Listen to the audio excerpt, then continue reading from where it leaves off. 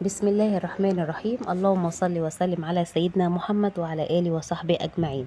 متابعيني مجنة وحبايب قلبي مجنة، يا رب يكونوا بألف خير وصحة وسلامة. معاكم بقى وصفة النهاردة سهلة وبسيطة، مش هتاخد مننا وقت. معايا هنا ربع كيلو من الرز بسمتي، أنا كنت غسلاه. ومعايا هنا طماطم مبشورة، والتوابل بتاعتي بقى ملح وفلفل وتوم بودر وبصل بودر وكاري وبهارات فراخ ومكعب مرق وليمون مجفف وحبهان وقرنفل. وعندنا بقى شويه طحينه هنعملهم، والكفته دي انا كنت عاملاها ومصبعاها وسايباها في الفريزر، وهقول لكم على طريقتها في فيديو تاني. وهنعمل بقى شويه سلطه بطاطس كده جميله حلوه. معايا بطاطس انا مقطعاها مكعبات، وقرن فلفل اخضر صغير، والتوابل بتاعتي نص معلقه صغيره من الثوم وملح وفلفل وكمون وكزبره وشطه وبابريكا. لو حابه تحطي شطه تمام، مش حابه خلاص. ومعايا هنا كمان بصلايه صغيره للرز البسمتي. هنبدأ بقى بأول حاجة كده على طول بحلة فيها معلقة من السمنة ومعلقة من الزيت.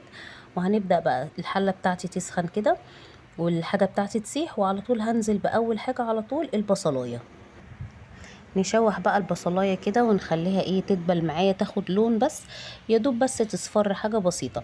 هعمل لكم بقى الرز البسمتي ده بطريقة حلوة قوي، وهيبقى خفيف وزي بتاع المطاعم بالظبط، وهيبقى سهل قوي، وهتبقي بصي معتمده على طول في كل اكلاتي. هنا بقى كانت معايا حله بتغلي علشان نسلق فيها البطاطس. هننزل اهو بالبطاطس ونحط شويه من الملح في الميه بتاعه البطاطس دي. البصلايه بقى هتصفر، وبعد ما تصفر كده وتاخد لون زي ما انتم شايفين، هنبدا بقى ننزل بالرز بتاعي. الرز البسمتي ده لازم تكوني غسلاه قبليها مثلا ب10 دقايق كده او حاجه، علشان خاطر بس ما ياخدش سوا معايا والحبايه بتاعته تبقى طريه.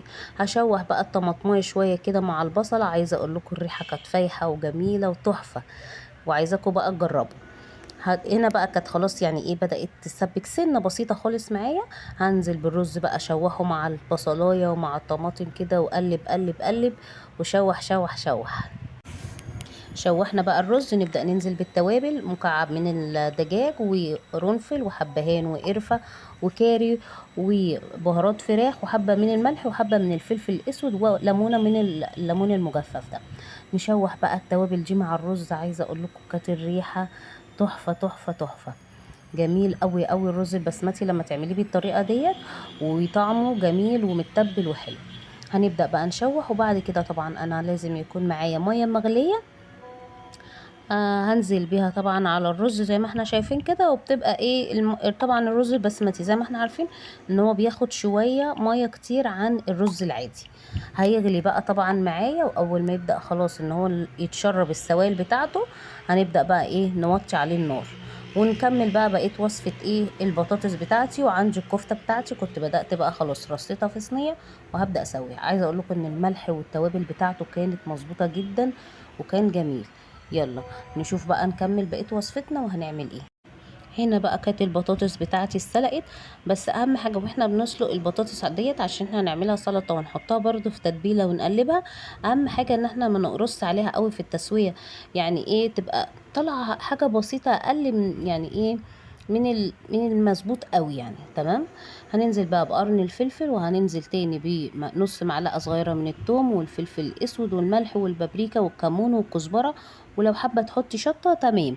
هنبدأ بقى ندوب التوابل ديت كلها والخلطة ديت بحبة من الزيت كده، ندوبهم ونقلبهم كلهم كده في بعض، وبعد كده ننزل بالبطاطس. سهلة قوي سلطة البطاطس دي، ومش بتاخد مننا وقت.